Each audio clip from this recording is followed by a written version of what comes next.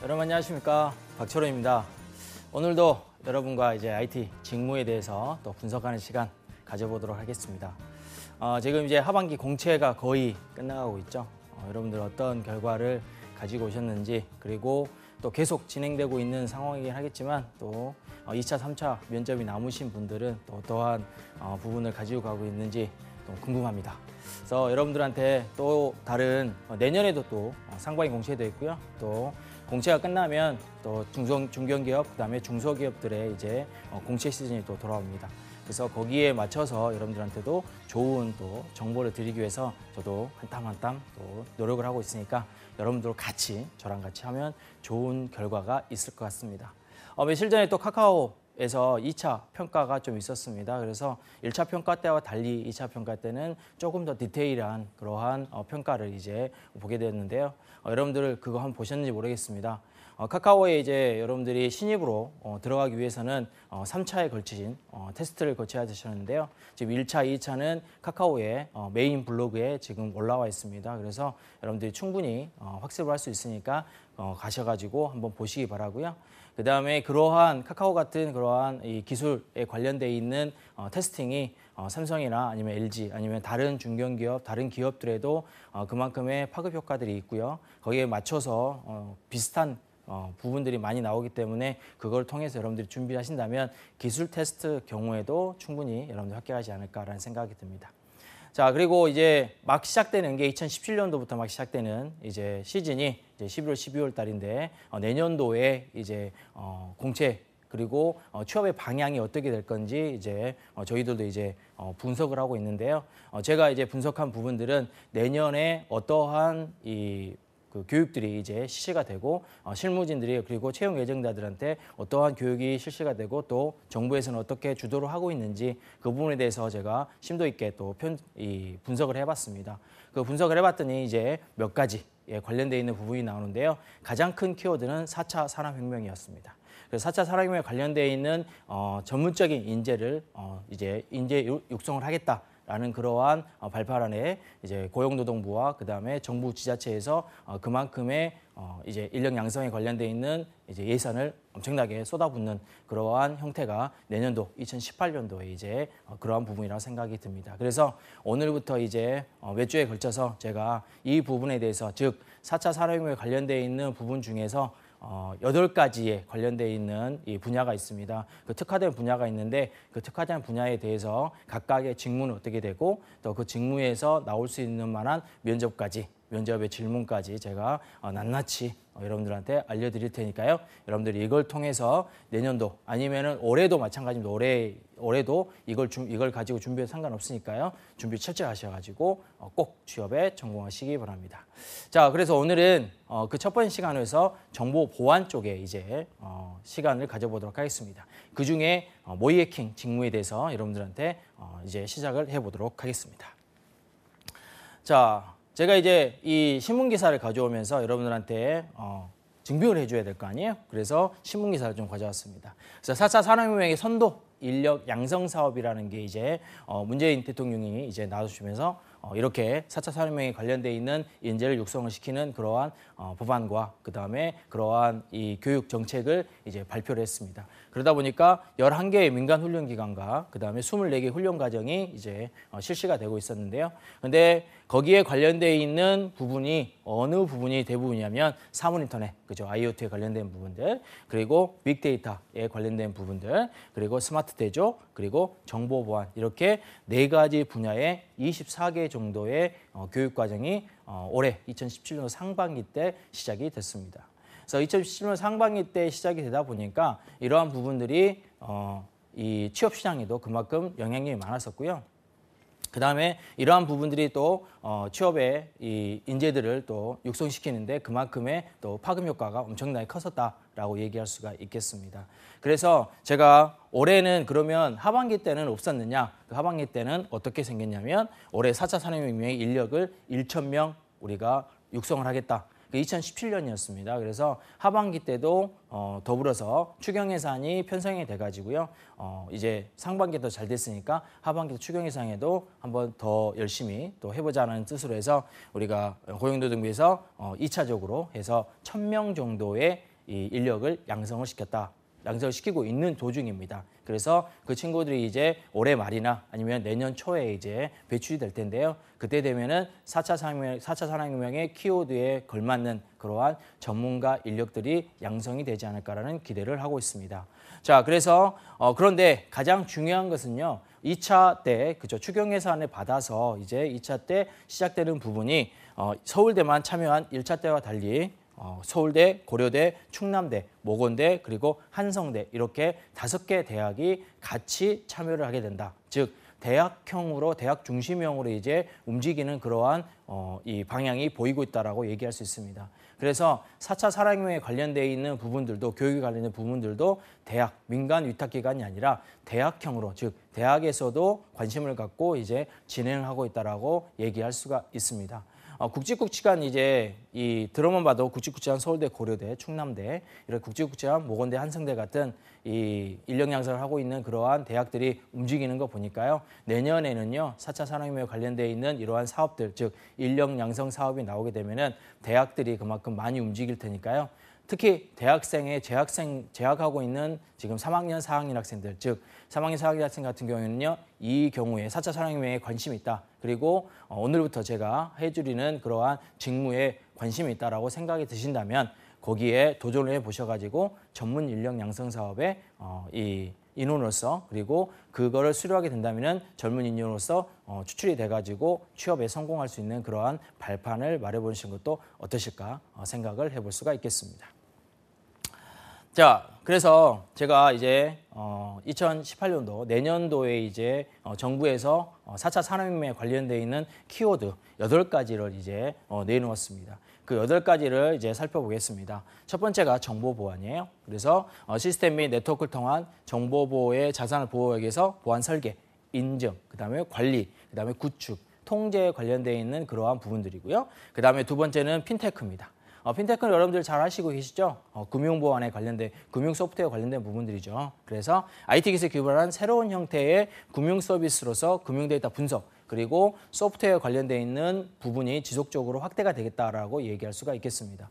그다음에 세 번째는 빅데이터고요. 빅데이터 수집, 저장, 그다음에 처리, 그리고 플랫폼 개발, 분석 등에 관련되어 있는 부분들. 그리고 네 번째는 사물 인터넷입니다. 그래서 사물의 컴퓨터 칩과 통신 기능을 내장을 해서 거기에서 연결되어 있는 기술을 적용하는 분야들. 그리고 다섯 번째는 스마트 제조, 즉 스마트 팩토리나 로봇에 관련되어 있는 부분들입니다. 그래서 첨단 정보 기술인 IT를 접목한 제조 기술이고요. 그다음에 바이오는 바이오 기능성 제품 제조입니다. 그래서 바이오에 관련되어 있는 제조에 관련되어 있는 그러한 부분들이고요. 무인이동체는 여러분들이 알고 계시는 드론입니다. 그죠?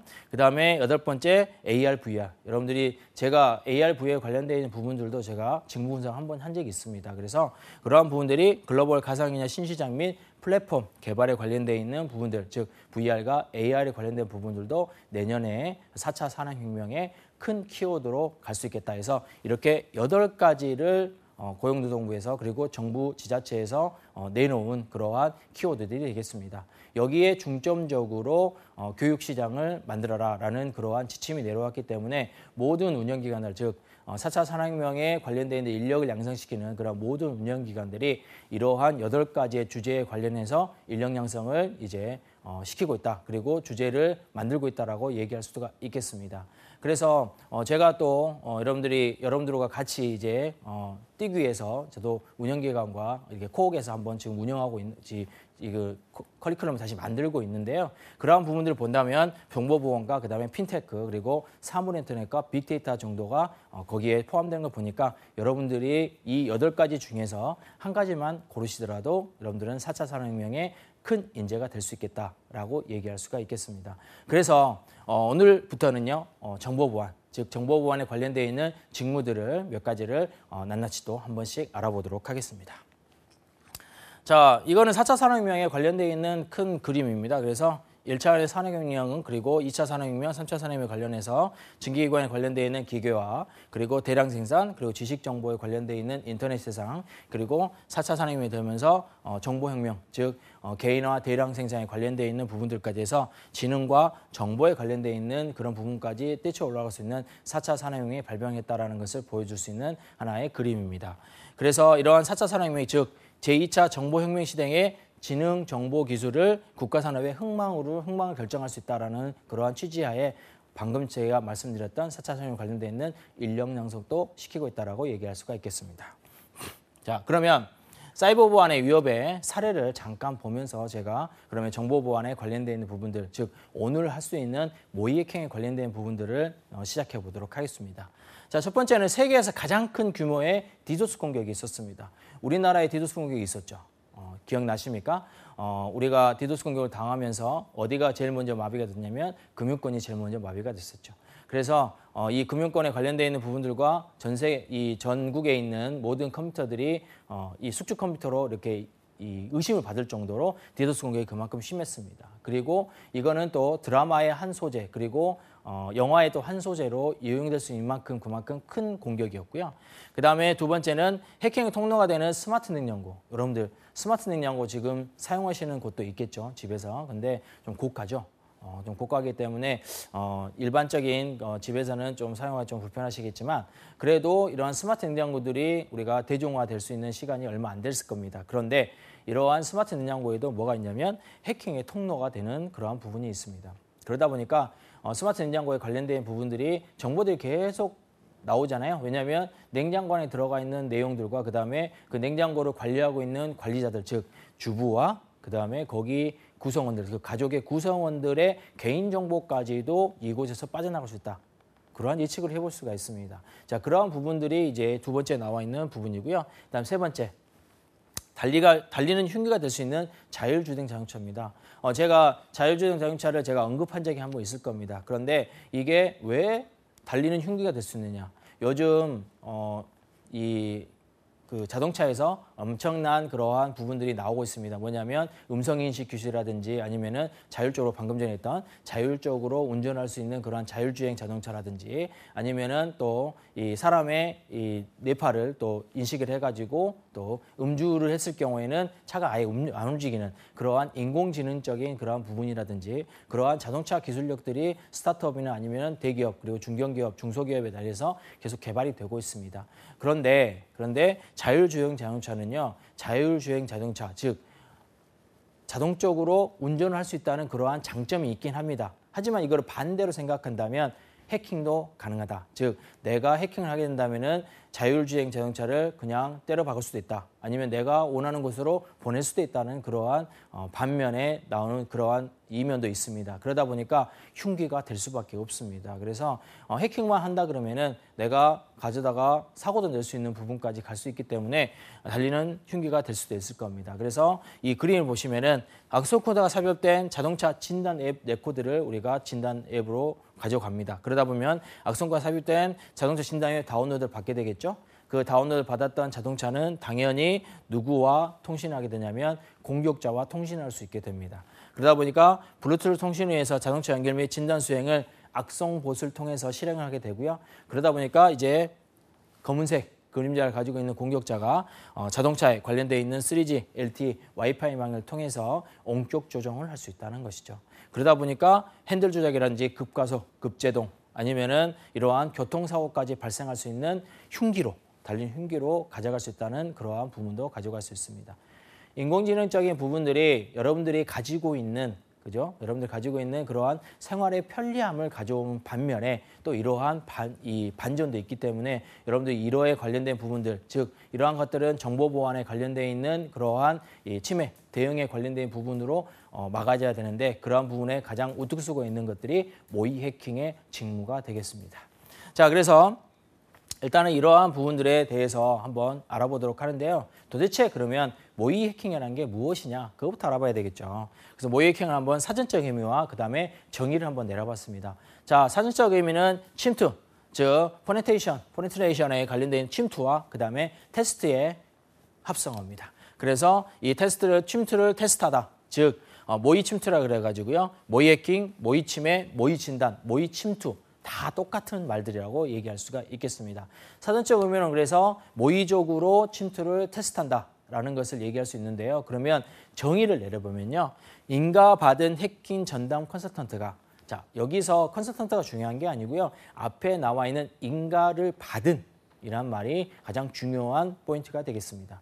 그래서 모의 해킹은 인가를 받은 해킹 전문 이 컨설턴트가 악의적인 목적으로 허가받지 않은 시스템에 침투하고 파괴하거나 서비스를 방해하는 등의 행위를 먼저 해본다는 것이죠. 먼저 해보고 그리고 이러한 환경이라든지 아니면은 해킹 툴, 스킬 등등을 이용해서 이 시스템의 취약점을 금방금방 파악을 하고 그 취약점을 보고서를 만들어서 이 클라이언트들한테 제공을 해주면서 이러한 부분들을 막는 그죠? 침해 대응을 할 수 있는 그러한 형태까지 가져갈 수 있는 선의의 해킹이다라고 얘기할 수가 있습니다.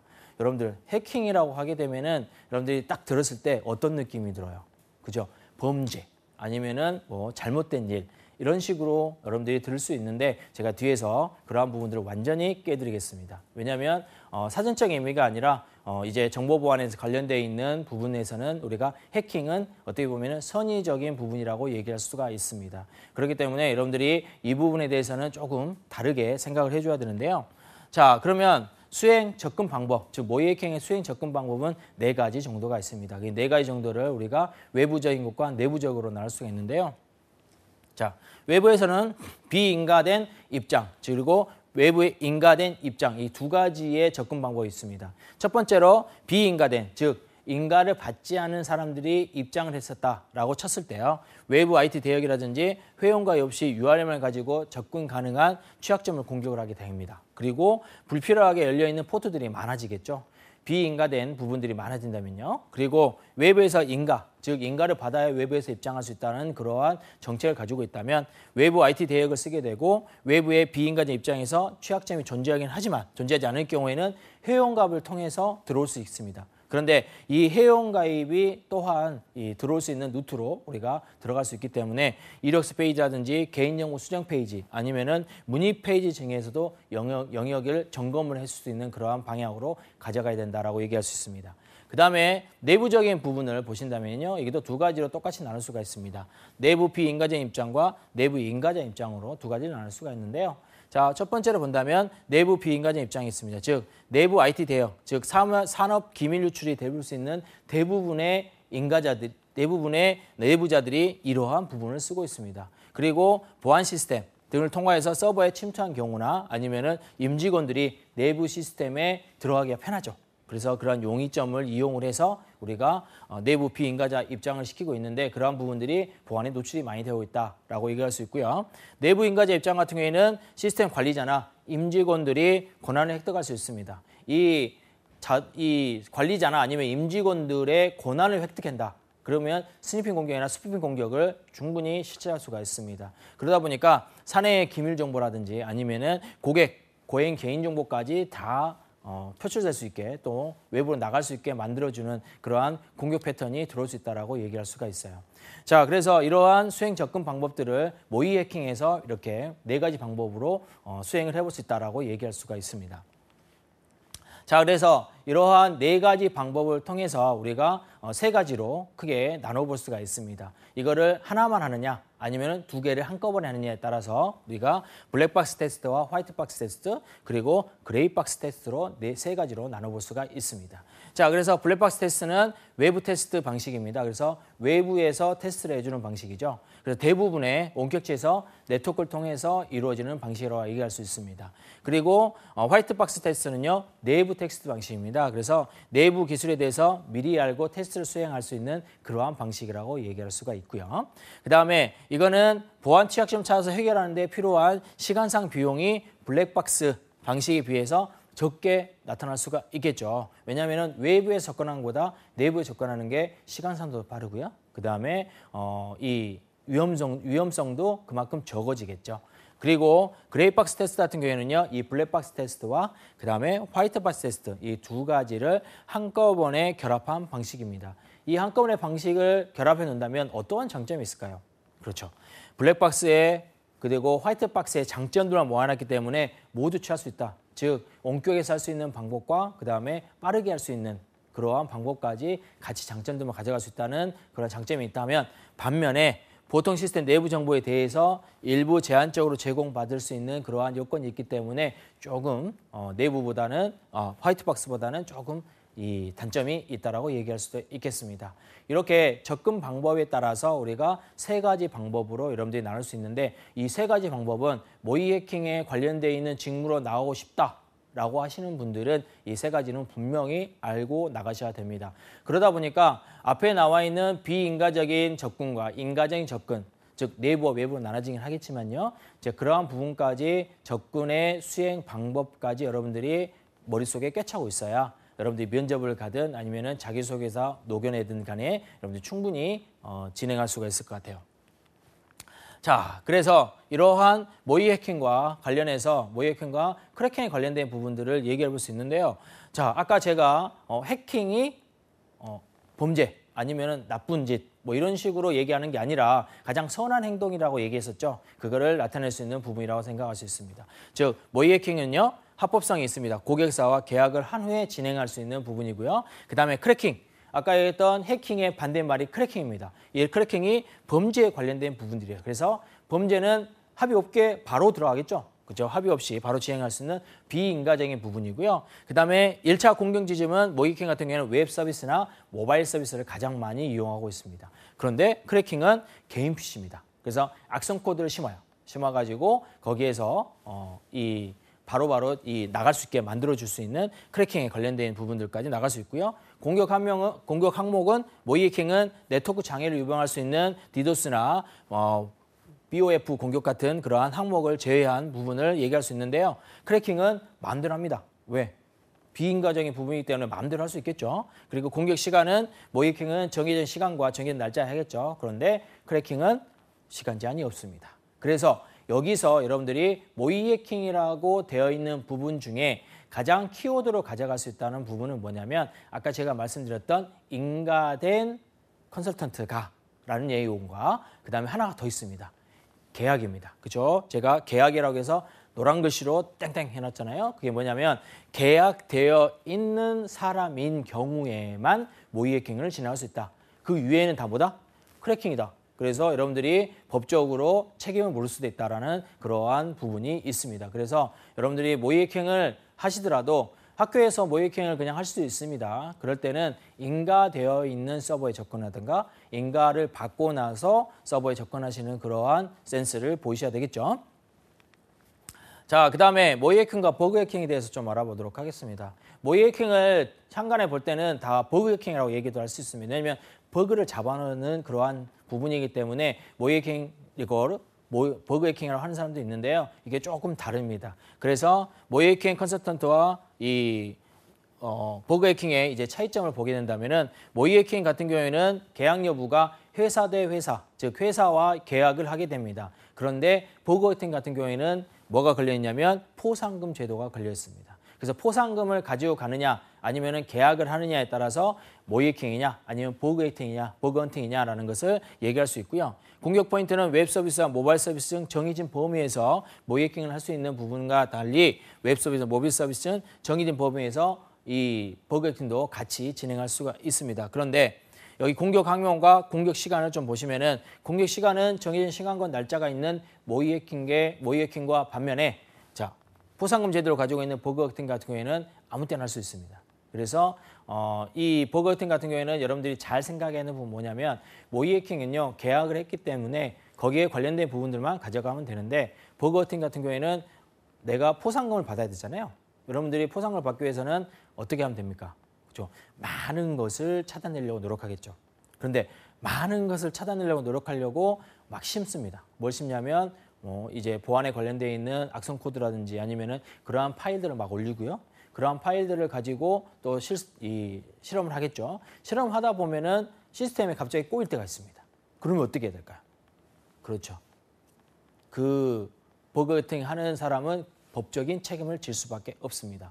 그래서 버그 해킹 같은 경우에는 그러한 부분들을 여러분들이 감안을 하고 진행하셔야 된다는 부분이 좀 있는데요. 그래서 이렇게 한국인터넷진흥원이나 아니면은 라인 시큐리티에서 이렇게 IoT 취약점 집중 신고 기관을 운영하게 되고요. 그 다음에 버그에 관련되어 있는 이러한 부분들을 포상 제도로 진행하고 있는 그러한 예시를 제가 한번 가져와 왔습니다. 그래서 이러한 부분들이 이제 버그 헌팅에 관련되어 있는 포상금으로 나갈 수 있다고 얘기할 수 있고요. 자, 그 다음에 모의 해킹을 해야 하는 가장 큰 이유가 무엇이냐? 도대체 모의 해킹 직무는 무엇을 하기 때문에 생겼느냐? 그걸 여러분들이 알아야 되겠죠? 자, 모의 해킹은 업체의 당연한 의무이기 때문입니다. 그래서 여기 나온 것처럼 정보보호 관리 체계 인증에서도 모의 해킹에 관련되어 있는 범위들이 명시가 되어 있어요. 요거는 정부에서 이거에 대한 인증은 분명히 받아야 된다는 그러한 법적인 제도이기 때문에 업체의 당연한 의무로 우리가 책정되고 있습니다. 그러다 보니까 정보보호 대책에 쭉 보면은 시스템 개발 보안, 그다음에 운영 보안, 여기에 관련된 부분들이 암호 통제, 적금 통제, 침해 사고 관리 등등이 있습니다. 이러한 부분들은 모의 해킹에 관련해서 모의 해킹을 통해서만이 여러분이 이런 부분들을 이 정보보호를 대책을 세울 수 있는 부분이고요. 그 다음에 이러한 13개 분야의 92개의 인증 항목들을 우리가 정보에 관련되어 있는 관리체계 인증을 받아야 되기 때문에 그만큼 모의 해킹을 해야 된다라는 첫 번째 이유가 있는가 하면요. 자, 두 번째는 침해 사고가 발생하면요. 기업 이미지는 급속도로 추락합니다. 자, 이러한 부분들을 제가 얘기할 수 있는 이 예를 한번 들어보도록 하겠습니다. 여러분들 인터파크 해킹당한 이 1000만 명 고객 정보들이 인출이 됐었죠.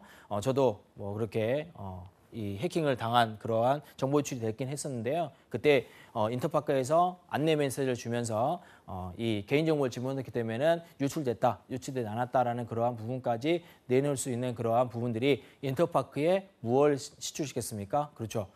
회원들을 빠져나가게 만들게 되고 그다음에 이미지 실추를 시키게 됐습니다. 그러한 부분들이 있었죠. 그다음에 올해 가장 큰 또 이슈가 뭐였습니까? 자, 숙박 앱인 여기어때가 우리가 해킹돼서 회원 정보 유출됐었죠. 이거는 여러분들이 아주 큰 그러한 이 사건이었습니다. 그리고 이렇게 유출시켰던 당사자들은 검거가 됐죠. 그러다 보니까 이렇게 두 가지의 내용만 보더라도 침해 사고, 즉 모의 해킹을 하지 않은 그러한 침해 사고가 발생하게 된다면 우리가 기업 이미지는 급속도로 추락할 수밖에 없다는 겁니다.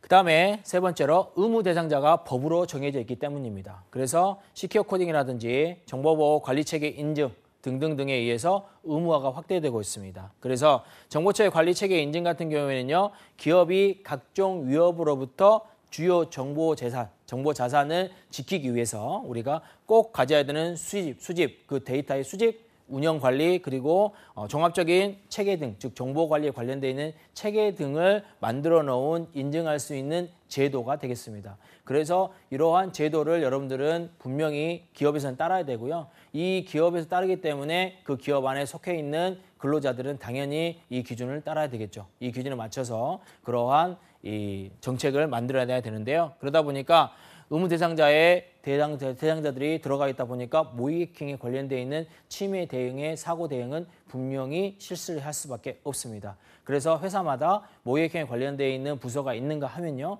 아니면 다른 회사에 이제 의뢰를 해가지고 같이 진행하는 부분도 있기도 합니다. 자, 그래서 일단은 이러한 이 경우에 따라서 우리가 모의 해킹을 진행하게 되는데요. 그러면 모의 해킹을 하기 위해서는 누구와 얘기를 많이 하게 되겠습니까? 당연하죠. 고객과 얘기를 많이 해야 되는데 그 고객과 얘기할 때의 주의점이 있습니다. 이런 부분들은 여러분들이 어디에서 많이 나올 것 같아요? 그렇죠. 모의 해킹 직무에 여러분들이 지원했을 경우에는 면접 질문에 단골 손님은 나올 수 있겠죠. 그래서 자, 고객과의 협의 미팅 시 필요한 스킬들을 제가 5가지만 얘기해 드리도록 하겠습니다. 자, 첫 번째로는요. 자, 수행 대상과 일정, 그다음에 인원은 분명히 확인하셔야 되겠죠. 그 와중에 고객에게 범위를 2-3번 정도 확인하셔야 됩니다. 그죠? 범위가 여기부터 여기까지입니까? 아니면은 웹 전체입니까? 아니면은 웹페이지 하나입니까?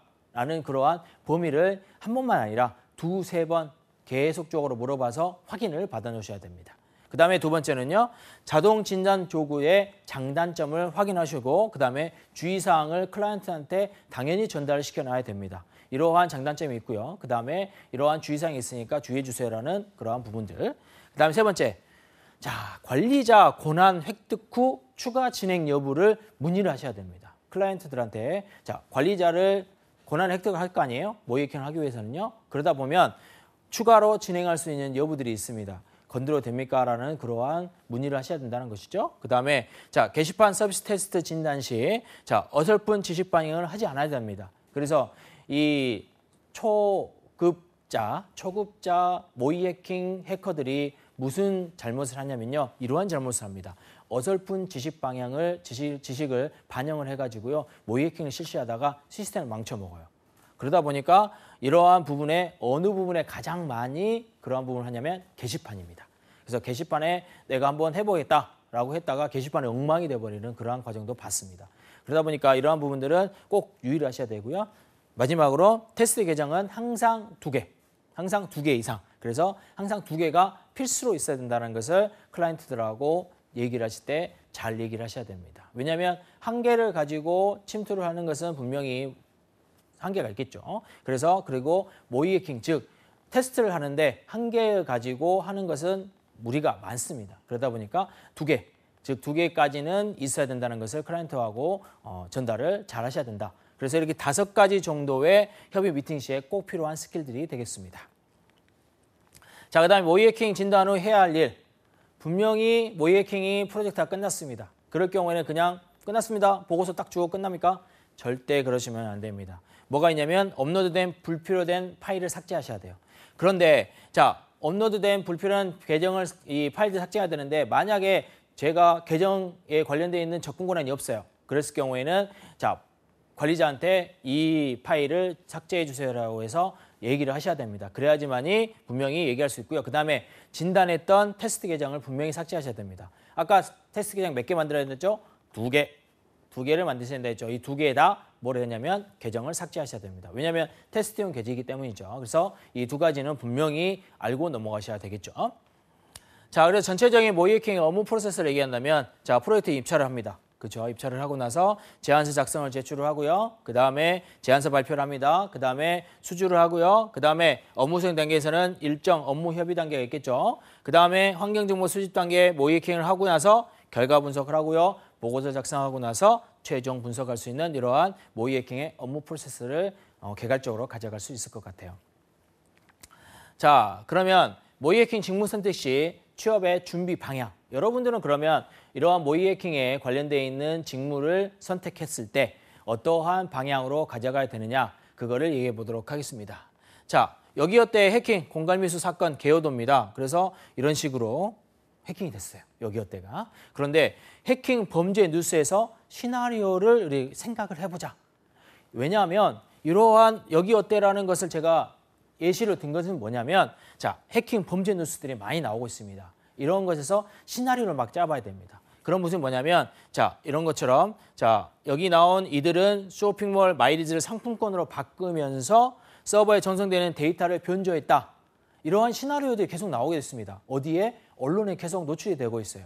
그러한 시나리오를 얘기를 하면서 아, 나는 쪼 시나리오에서 저러한 부분이 어떠한 부분을 정보 보안에 위배가 됐으니까 저기를 어떻게 막아봐야 되겠다. 아니면 저기를 어떠한 스킬을 써봐야 되겠다. 어떠한 툴을 써봐야 되겠다. 그러한 부분들이 나올 수 있겠죠. 그러한 시나리오들이 당연히 있어야지만이 우리가 모의 해킹을 해볼 수 있는 부분이 있기 때문에요. 우리가 이러한 해킹 범죄 뉴스에서 시나리오를 꼭 한 번씩은 생각해 보는 시간을 가져야 됩니다.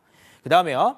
다양한 시나리오를 생각해 봐야 됩니다. 아까 여기어때라 같은 그러한 해킹의 시나리오들이 계속적으로 나타나는데 아, 나는 이렇게 해킹을 안 하고 다르게 해킹해 볼 수도 있겠다라는 시나리오를 여러 가지를 여러분들이 가져가 볼 수 있다는 것이죠. 즉 1번, 2번, 3번, 4번에 관련되어 있는 부분 중에 처음에는 SQL 인젝션 공격이 들어와서 인증 오해를 하거나 정보 노출을 하거나 명령을 실행하거나 스크립트를 실행할 수 있습니다. 그런데 인증 오해 해가지고 사용자 권한을 얻어가지고 개인정보를 얻어갈 수 있는 그러한 루트가 있는가 하면 뭐 정보 노출 시켜가지고 시스템 권한을 얻어가지고 시스템 정보를 얻어갈 수 있는 그러한 루트도 있겠죠. 그렇게 다양한 시나리오를 여러분들이 그려봐야 된다는 것이죠. 다양한 시나리오를 그려보면 그려볼수록 뭐가 나오게 됩니까? 여러분한테는 프로젝트의 결과물이 나오게 되는 거죠. 모의 해킹에 이러한 시나리오들이 나오기 때문에 그 시나리오마다 뭐가 나옵니까? 당연한 프로젝트 결과물들이 나오게 되고 보고서가 나오기 때문에 여러분들은 포트폴리오가 당연히 금방금방 만들 수 있는 거죠. 자, 그 다음에 모의 해킹을 하는 것이 아니라 인프라 진단도 하셔야 됩니다.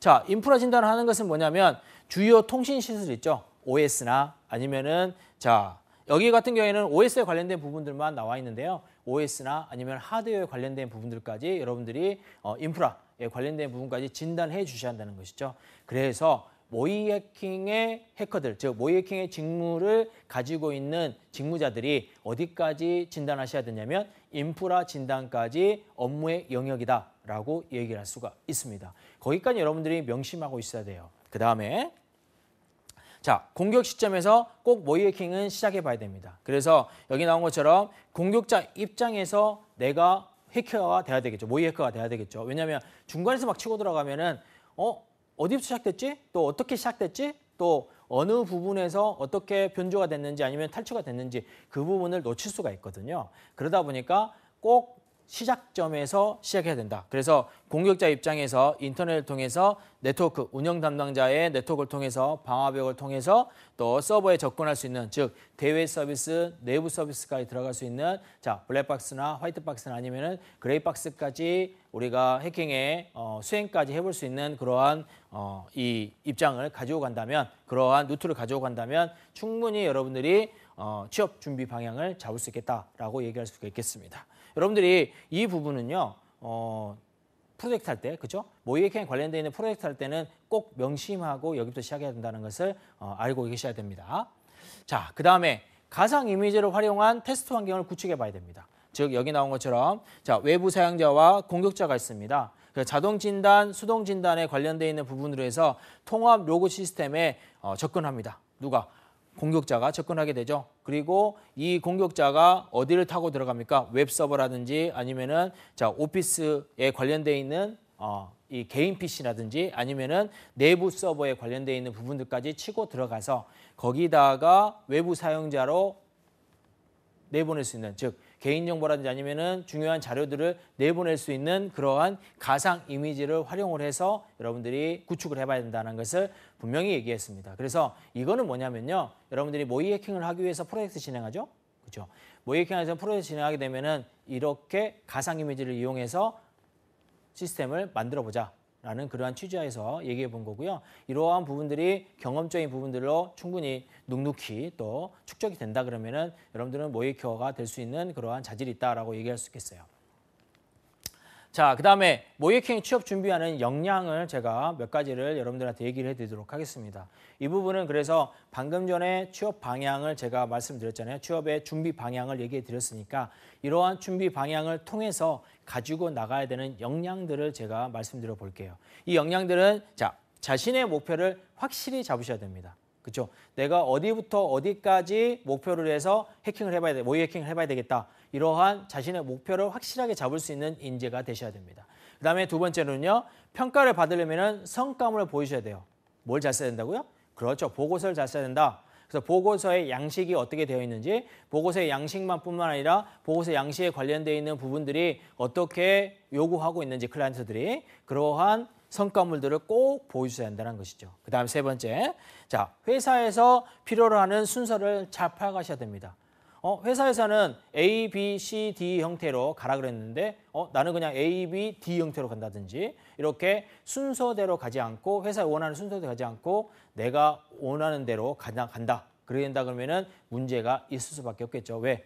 회사에서 여러분들 채용하잖아요. 그렇죠? 그리고 회사의 업무 프로세스들이 당연히 있습니다. 그 업무 프로세스를 따라간다는 게 여러분들이 가장 중요한 부분이기도 하죠. 그 다음, 자 지식 융합이 가능하도록 고민해야 됩니다. 자 지식 융합이라는 것은 정보 보안 그리고 정보 보안에 관련된 있는 부분들과 융합할 수 있는 부분들 충분히 있습니다. 그러한 부분들이 어떻게 되어 있는지 그리고 모의 해킹만 관련된 게 아니라 모의 해킹과 관련되어 있는 부분들 보안 관제와 모의 해킹과 또 정보 보안에 관련되어 있는 여러 가지 스킬들이 있습니다. 그러한 스킬들의 융합 과정이 있을 수 있어요. 그런 융합 과정이 어떻게 생겼는지 그러한 부분을 얘기해 볼 수 있어야 된다는 것이죠. 그 다음에 마지막으로 자 책을 중심으로 지식을 습득하셔야 됩니다. 자, 여러분들이 왜 책을 중심으로 해야 되냐면 우리가 전문적인 지식들을 얻을 때는요. 인터넷 진흥원 들어가시면은 자료실에 우리가 표준안들이 다 나와 있습니다. 그거를 다운로드 받아요. 다운로드 받는데 그 다운로드 받으면은 그거는 재직자나 전문가들이 볼 수 있는 그러한 말들이 많이 섞여 있습니다. 초보나 아니면은 막 시작하는 사람들은요, 이러한 부분들이 가장 어려운 부분들이기 때문에 책을 통해서 그러한 부분들을 파악을 하고요. 그 다음에 나서 지식을 습득한 다음에 도전해 보시는 게 좋겠다. 그래서 모의해킹에 취업 준비하는 취업 준비생들의 역량은 이렇게 5가지 정도만 가지고 간다면 여러분이 충분히 모의해킹에서 성공할 수 있다. 모의해커로 성공할 수 있다라고 얘기할 수 있습니다. 자, 그러면 연구 결과물 사례로 통한 학습 방법들을 제가 프로 결과물 사례들을 이렇게 나눠봤는데요. 이게 이제 아까 가상에 관련된 이미지를 이용해서 여러분들이 만들어 봤다면, 자, 덤프 파일, 즉 여기 나온 것처럼 첫 번째 악성 스크립트를 삽입을 해서요. 그 다음에 게시물을 열람을 합니다. 열람하고 나서 그 다음에 세 번째로는요, 우리가 자바 취약점을 통해서 우리가 이 익스포트 코드를 실행을 시켜요. 그러다 보면 네 번째로 자, 셀 권한을 획득하고 메모리 덤프, 즉 메모리에 접근할 수도 있습니다. 그리고 5번째 덤프 파일을 이용해서 자, 패스워드 크랙까지, 즉 패스워드를 크랙한다는 것은 패스워드를 취득한다는 거예요. 그래서 악성 스크립트 삽입만 딱 시켰더니 누가 게시판을 봅니까? 즉 사용자들이 게시판을 보게 된다면 더블클릭만 딱딱 해가지고 열게 한다면, 실행만 시킨다면 그 부분이 자바 취약점을 통해서 코드가 실행이 됩니다. 그러다 보면은 그게 덤프 파일로 만들어져서 메모리 분석과 그 다음에 셀 권한까지 획득할 수 있는 패스워드 크랙까지 공격자한테 바로 가버리는 그러한 모의해킹에 관련되어 있는 부분들로 우리가 이 연구개발 사례를 통한 학습을 할 수가 있을 것 같아요. 자, 그래서 이러한 사용자에 관련된 부분들이 사용자가 공격자에 의해서 어떻게 공격이 되는지 게시판을 통해서 하는 게 가장 여러분들한테 쉽고요. 그 다음에 게시판에 있는 내용들을 하는 게 초보, 즉 초급 신입들이 들어가서 가장 먼저 실시하는 게 게시판으로 하는 거거든요. 그래서 여러분들도 모의해킹에 관련되어 있는 프로젝트 진행할 때는요, 게시판으로 한번 시도해 보는 것도 나쁘지는 않을 것 같습니다. 자, 그 다음에 연구 결과 사례를 통해서 학습 방법 중에 아까 제가 지식 융합을 얘기했었는데요. 이 지식 융합 중에서 모의해킹 관점에서 포렌식 기법은 무엇이냐? 자, 모의해킹 관점에서 침해 사고를 바라본다면, 모의해킹 관점에서 악성 코드를 바라보면, 자, 모의해킹 관점에서 솔루션을 바라보면, 또 모의해킹 관점에서 인프라 진단을 바라보면이라는 그러한 질문을 던지고요. 이러한 질문들이 어디에서 나올 수 있냐면 면접 전형에서 나올 수가 있습니다. 자, 모의해킹이 그만큼 많은 곳을 침투하고 있어요. 여러분들 아시겠습니까? 자, 그래서 이러한 5가지의 학습 방법들을 통해서 여러분들이 충분히 학습을 해오신다면 이 부분을 선점할 수도 있을 것 같아요. 자, 그 다음에 모의해킹에 필요한 3가지가 있습니다. 그 3가지를 여러분들한테 간단히 말씀드리고 제가 면접에 관련된 부분들만 얘기하고 끝내도록 할게요. 자, 기술, 그 다음에 발표, 그 다음에 보고서, 이 3박자를 잘 갖춰야 된다고 얘기하고 있습니다. 모든 전문가들이 그렇게 얘기하고 있는데요. 지식을 알고, 그 다음에 지식을 공유하고, 그 다음에 지식을 정리하는 그러한 보고서 형태의 내용까지 가져가야 된다는 것인데, 모의해킹에 필요한 3박자 중에서 자, 웹 애플리케이션이나 모바일 앱 또는 서버나 리버싱 엔진의 분석을 통해서 소스코드 진단 분석을 통해서 기술력을 우리가 분석해 볼 수 있고요. 그 다음에 보고서는 수행 기간 동안 모든 것을 보여줄 수 있게 만들어야 됩니다.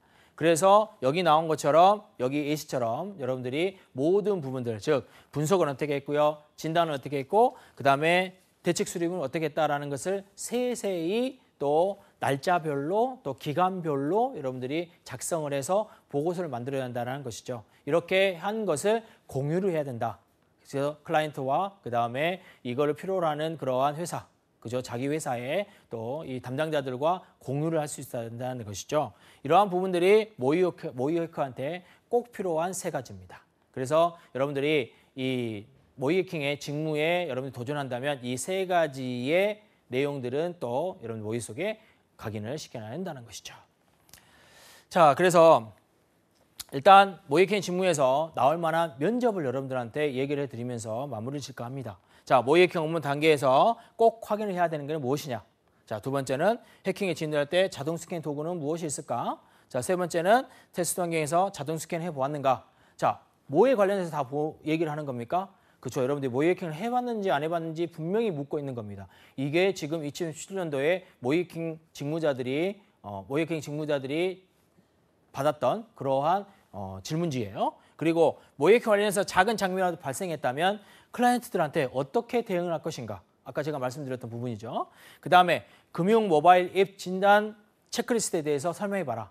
자, 이러한 부분들이 모의 해킹에 관련되어 있는 직무를 택했던 그러한 지원자들한테 제시됐던 그러한 면접 질문들입니다.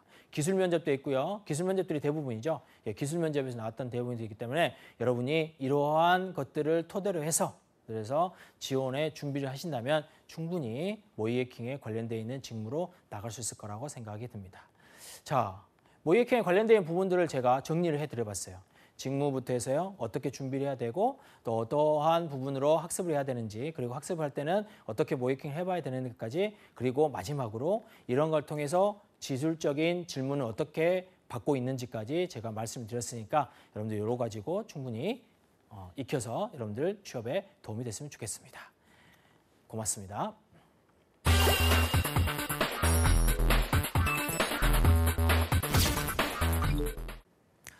자, 오늘도 이 시간이 또 돌아왔네요. 자, IT 실무자들과 제가 또 생생 인터뷰를 해보는 그러한 시간.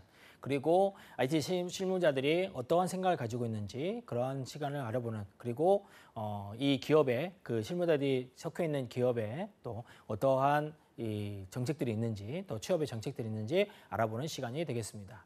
이 시간은 조금 더 제가 늘려보려고 하고 있습니다. 왜냐하면 좀 다양성을 좀 들어보기 위해서 제가 또 다음 주나 아니면 다다음 주에 조금 더 알차게 조금 해보려고 하고 있는데 어떤 식으로 변화가 될지는 여러분 또 상상해 보시고요. 자, 오늘은 어디를 갔다 왔냐면 또 파이어링크라는 그러한 보안 관제 회사를 하고 있는 것을 가져왔습니다. 자, 파이어링크는 제가 저번에도 한번 갔다 온 부분이긴 한데요. 왜냐하면 이곳에서 네이버와 우리가 계약을 맺을 수 있는 계약을 맺어가지고 우리가 보안 관제에 관련되어 있는 부분으로 가져가는 그러한 이 성과를 가져왔기 때문에 제가 또 한 번 더 가서 또 이 채용에 관련된 부분들까지 물어보면서 얘기를 해오는 그러한 시간을 가져봤습니다. 이슈가 되어 있다 보니까 그만큼 채용 예정자들도 그리고 준치생들도 이렇게 관심을 많이 갖고 있는 부분이기 때문에 한 번 더 얘기를 좀 들어보면 좋을 것 같고요. 보안사업본부의 사원을 만나보고 왔습니다. 자, 회사 소개는 자, 파워랭크는 자, 클라우드 데이터 센터를 최적화할 수 있는 그러한 센터로 운영되고 있습니다. 그리고 업계 최고의 애플리케이션 가용성과 성능 그리고 보안을 보장하는 데이터 센서들을 우리가 가용하고 있고요. 그 다음에 다양한 인프라 솔루션을 보유하고 있고 보안 관제 서비스를 제공하고 있다라고 얘기할 수 있습니다. 그 중에 제가 만나고 온 친구는 이제 보안 관제에 관련된 부분이고요. 그 다음에 신입연구원의 기본 연봉은 자 2년 차는 2,300, 2,500, 4년 차 2,800 정도가 되는데 신입 같은 경우는 그래서 2,000대 초반이라고 얘기할 수가 있겠습니다. 자, 그다음에 현재 직무에서 어떤 일을 하고 있느냐? 자, 보안 관제 직무를 수행하고 있으며 네트워크 관련되어 있는 운영과 장비 운영하고 있다. 그래서 회사의 운영에 따라서 다르겠지만 장비 운영 쪽은 조금 부수적으로 하고 있다라고 얘기할 수 있고요. 그다음에 이벤트에 관련되어 있는 모니터링을 하고 있다라는 것을 얘기할 수 있습니다. 그다음에 회사에 자랑할 만한 복지가 있다면 자, 자율적인 복장, 그다음에 식대, 밥값을 준다 하더라고요. 밥값 준다는 거 되게 중요합니다. 여러분들이 이 취업을 하고 나서 월급을 딱 받잖아요. 급여를 받게 되면은 가장 먼저 생각하는 게 뭐냐면 밥값을 줄일 수 있는 방법, 교통비를 줄일 수 있는 방법 이런 걸 생각을 하거든요. 그러다 보니까 식대, 그다음에 회식비 같은 걸 지원해주고 워크숍 같은 걸 간다. 이 중에서 가장 중요한 게 뭡니까? 하면은 식대 지원이라고 얘기할 수 있습니다. 그래서 식대를 지원한다는 게 되게 좋은 것 같아요. 자, 그다음에 자, 현 부서에 필요한 신입으로서의 역량은 무엇이냐? 자, 기술 연구, 그다음에 기술 지원, 기술 영업에 관련되어 있는 부분들을 수행할 만큼 이러한 곳에 지식이 있으면 좋겠고, 그다음에 교육기관에서의 모의 해킹에 관련되어 있는 전문가를 듣고 왔으면 좋겠다.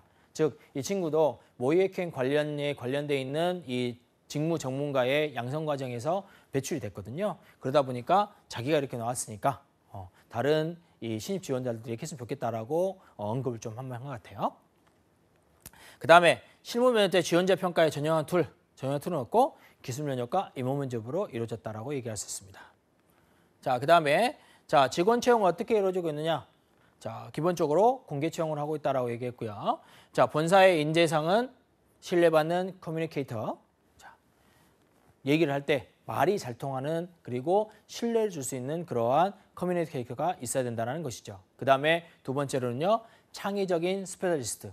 자, 여러분들이 스페셜리스트가 요즘은 돼야 됩니다. 그렇죠? 저널리스트가 되게 되면 안 됩니다. 일반적인 사람이 되면 안 되고요. 이제 전문적인 사람이 된다는 것이죠. 그다음에 도전적인 이노베이터. 자, 도전적인 정신을 가지고 있는 이 일도 해보고 저 일도 해보는데 그만큼의 책임을 갖고 그죠? 그러한 이노베이터가 되면 좋겠다. 이러한 세 가지의 인재상을 가지고 있는 회사로 우리가 얘기해 볼 수가 있겠습니다. 그 다음에 실무 면허 시 어떤 면제자가 떨어지나요? 각 부서에 필요한 기술적인 부분은 학교에서 다 배웁니다. 왜냐하면 지식적인 부분이기 때문에. 그런데 이 기본적인 부분이 가장 중요하거든요. 그래서 실무원 와서는 배울 수 있으니까 이런 부분들을 치고 들어간다면 아주 좋은 그러한 부분이라 얘기할 수 있습니다. 그 다음에 채용 과정에서 인성과 직무, 우선순위를 둔다면 어떻게 해야 되느냐. 자, 직무가 우선이긴 하지만은요. 자, 인성을 들 수 있겠습니다. 전공보다는 실제적으로 업무에서 하면은 그 일을 배우고자 하는 태도가 가장 중요하기 때문에 왜? 배우고자 하는 태도를 얘기할 수 있는 거겠죠. 그러한 것들을 여러분들이 분명히 알고 넘어가셔야 한다는 겁니다. 자, 그 다음에 현 부서에서 필요한 신입의 마음가짐은 무엇이냐? 어차피 신입사원들끼리 지식 수준은 아주 비슷할 거라고 생각이 듭니다. 그러다 보니까 특별하게 많이 하는 후배보다는 많이 배우고자 하는 그러한 후배를 찾겠다라고 얘기했습니다. 그리고 이러한 후배, 그리고 열정적인 후배, 배우는 열정을 가지고 있는 후배가 있으면 좋겠다라는 것을 얘기했고요. 긍정적인 태도로 적극적인 후배가 좋을 것 같다라는 그러한 언급까지 했습니다. 자, 여러분은 지금 이러한 후배로 여러분들이 가져갈 수 있는 그러한 마음가짐이 돼 있나요?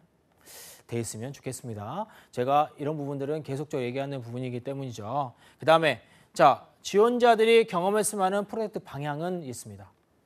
여러분들이 이런 부분들은 꼭 알아야 돼요. 자, 보안 관제에 관심이 있다. 자, 보안 관제 프로젝트 경험을 가지고 있으면 좋겠다. 그럼 보안 관제가 뭐냐? 보안 관제라는 부분은 제가 또 한번 말씀을 드릴 텐데 이 보안 관제는 네트워크 장비와 관련되어 있는 부분이 대부분입니다. 그래서 네트워크에 관련되어 있는 지식과 여기 나오면은 자, 드론을 이용한 안드로이드 해킹이 있습니다. 자, 여러분들 드론을 이용한 안드로이드 해킹 들어봤습니까? 자, 외국의 한 예였습니다. 뭐였냐면 자, 스타벅스죠. 이 별다방인데 우리가 별다방이 하는데 이 별다방에 이 와이파이가 여러분들이 다 있는 것은 알고 계시죠? 그렇죠? 그 와이파이를 여러분들이 위장을 한 겁니다. 그래서 그 위장할 때 뭘 썼냐면 드론을 썼어요. 자, 이 별다방 옆에 외부에서 자, 드론을 딱 띄웁니다. 드론을 띄워가지고 스타벅스에 관련되어 있는 그러한 와이파이 망인 것처럼 속이는 거죠. 스타벅스 안에 들어가 있던 그러한 별다방에 들어가 있던 그러한 인자들이 그리고 사용자들이 접속을 하는데 그 드론에 있는 와이파이로 접속을 하게 됩니다. 그래서 개인정보를 다 빼갔어요. 그러한 부분들이 드론을 이용한 안드로이드 해킹이었습니다. 자, 그러한 해킹 방법들을 여러분들이 해본다면 보안 관제에서 충분히 프로젝트를 진행할 수 있다는 것을 언지를 했었고요. 그 다음, 자, 서버 운영. 자, 서버 운영에 관련된 부분들도 해보면 가장 좋은 효과가 있을 것 같다는 얘기를 했는데 이 서버 운영도 여러분들이 분명히 얘기했지만 자, 유닉스와 리눅스에 관련되어 있는 서버 운영 분명히 해보셔야 됩니다. 그러한 부분들은 여러분들이 언급을 안 하시더라도 당연히 가져가야 되는 부분이라고 얘기할 수 있겠죠. 자, 그래서 신입직원한테 꼭 하고 싶은 말. 자, 마음가짐이 중요하고요. 그 다음에 그에 따른 직무 능력이 중요합니다. 하지만 자신을 먼저 파악해 보시는 게 좋겠다라는 얘기를 했습니다. 자기 자신을 파악도 못하면 직무가 무슨 표현이 있고 인성이 무슨 표현이 있겠습니까? 자기가 뭘 하고 싶은지도 모르면요. 자, 그래서 저 또한 취준생일 때 어떠한 것을 하고 싶은지 또 어떤 것을 우선순위로 해야 되는지 모르고 방황할 때가 있었다라고 얘기했었고요. 그 친구가 초심으로 그럴 때는 모든 것을 버리고 초심으로 돌아가서 내가 어떤 것을 해야 되는지 찾아보는 그러한 시간을 가져봤다고 합니다. 그러한 시간을 가져보니까 내가 여기에서 미스한 부분이 있고 내가 여기는 노력은 했지만 안 되구나 해서 완전히 버려버리는 그러한 분야도 있었다고 해요. 그래서 지금 현재의 직무에 만족하면서 다니고 있다고 얘기했습니다. 그래서 마지막으로 소프트웨어 분야는 이제 없어서는 안 될 분야랍니다. 그렇죠? 제가 생각해도 정보보안 분야는 4차 산업혁명의 큰 또 획을 긋고 있습니다. 그러다 보니까 모이킹 등을 통해서 경험을 쌓는다면 우리가 정보보안 쪽에 그리고 보안 관제 쪽에 충분한 인재로 클 수 있다고 얘기할 수 있겠죠. 그죠? 저도 이 의견에 동감하고 있습니다. 자, 이렇게 이제 보안 관제와 그 다음에 이 보안 관제 관련되어 있는 정보 보안 여기에 또 중요성들을 알려주는 그런 시간을 가져봤는데요. 여러분들 이거 준비를 철저히 하셔가지고요. 남은 과정 그리고 내년 상반기 하반기 때도 수협에 성공할 수 있도록 열심히 노력해 봅시다. 감사합니다.